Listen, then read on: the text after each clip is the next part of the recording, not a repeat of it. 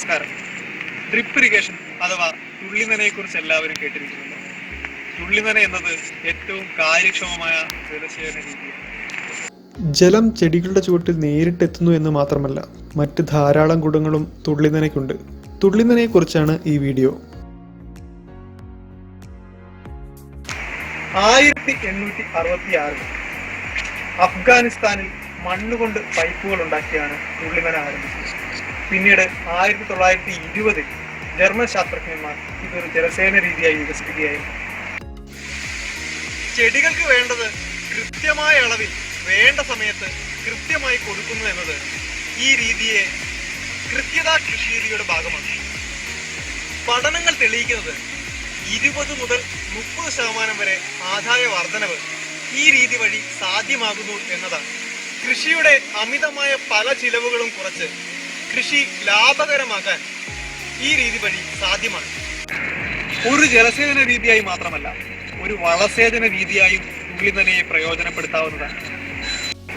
വെള്ളത്തിൽ കലരുന്ന ഇനം വളങ്ങൾ പ്രത്യേകമായി തിരഞ്ഞെടുത്ത് വെള്ളത്തോട് ചേർത്ത് ചെടികളുടെ ചുവട്ടിലേക്ക് നേരിട്ട് കൊടുക്കുന്നതിനെയാണ് വളസേചനം എന്നതുകൊണ്ട് ഉദ്ദേശിക്കുന്നത്.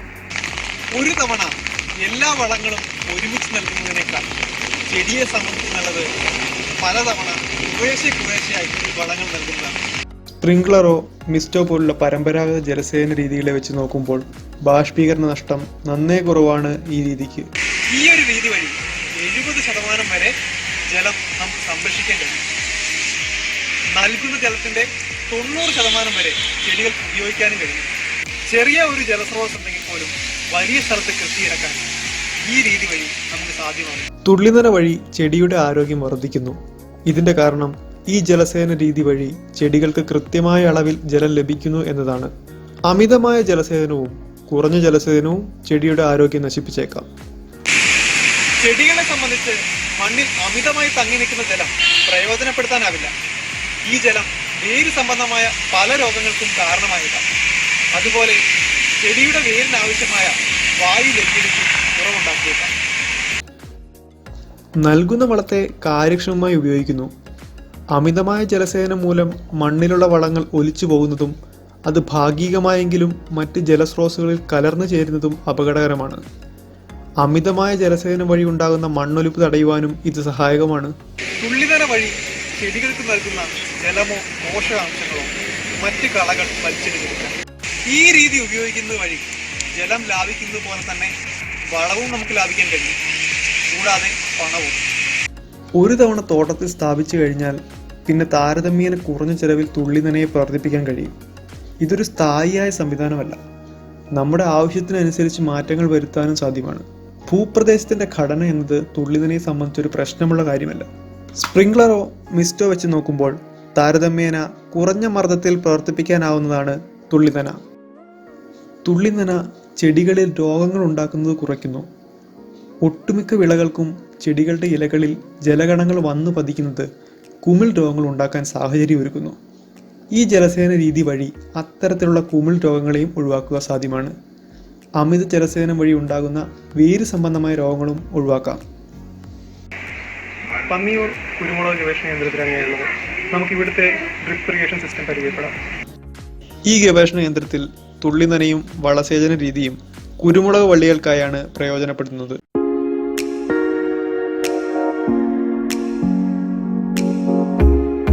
തുള്ളിനനയുടെ ഘടകങ്ങൾ ഇവയൊക്കെയാണ്: വെള്ളം സൂക്ഷിക്കാനുള്ള tank, disc filter, mesh filter മുതലായ ഫിൽട്ടറുകൾ,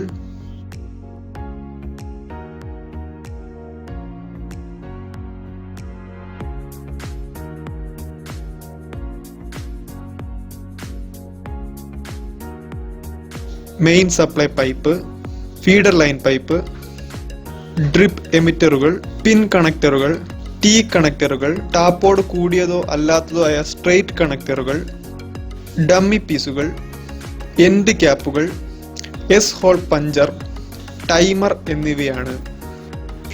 പന്നിയൂർ കുരുമുളക് ഗവേഷണ കേന്ദ്രത്തിൽ 19-19-19 വളവും MOP അഥവാ മ്യൂറേറ്റ് ഓഫ് പൊട്ടാഷ് എന്ന വളവുമാണ് വെള്ളത്തോടൊപ്പം കുരുമുളക് ചെടികൾക്ക് നൽകുന്നത്.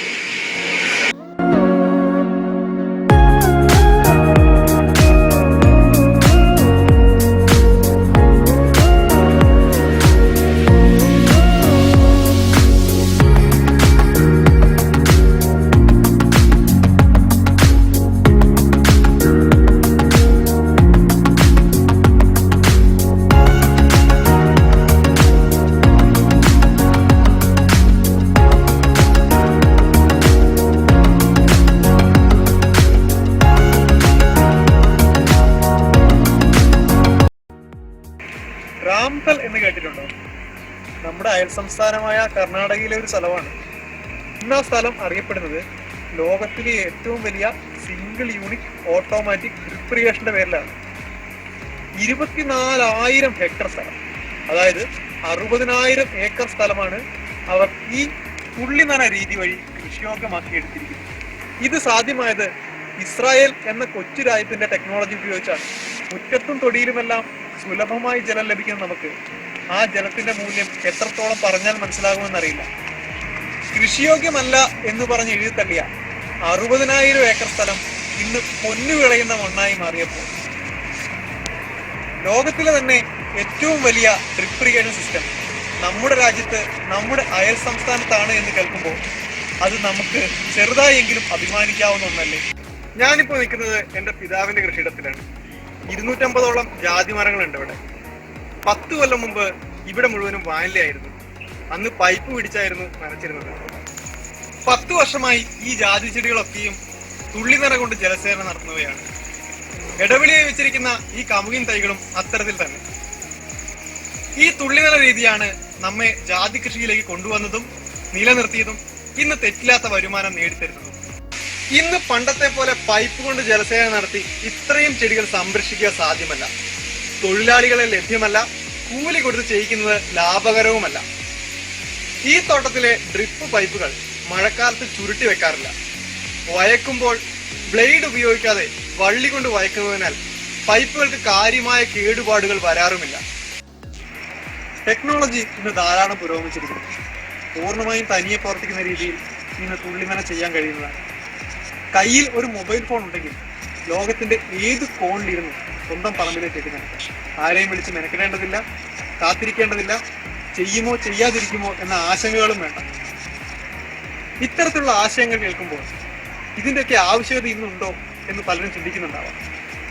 എന്നാൽ ഇത്തരത്തിലുള്ള ആശയങ്ങൾ തന്നെയാണ് കൃഷിയെ ലാഭകരമാക്കുന്നതും ലളിതവൽക്കരിക്കുന്നത്. ജലദൗർലഭ്യം ഉള്ളവർക്കും ഇല്ലാത്തവർക്കും ഒരുപോലെ പ്രയോജനപ്പെടുത്താവുന്ന ഒന്നാണ് തുള്ളിനന. 70 മുതൽ 90% വരെയും സബ്സിഡി തുള്ളിനനയ്ക്ക് ലഭ്യമാണ്. തുള്ളിനനയെ പറ്റിയുള്ള ഈ വീഡിയോ ഉപകാരപ്രദമായി എന്ന് കരുതുന്നു. നന്ദി.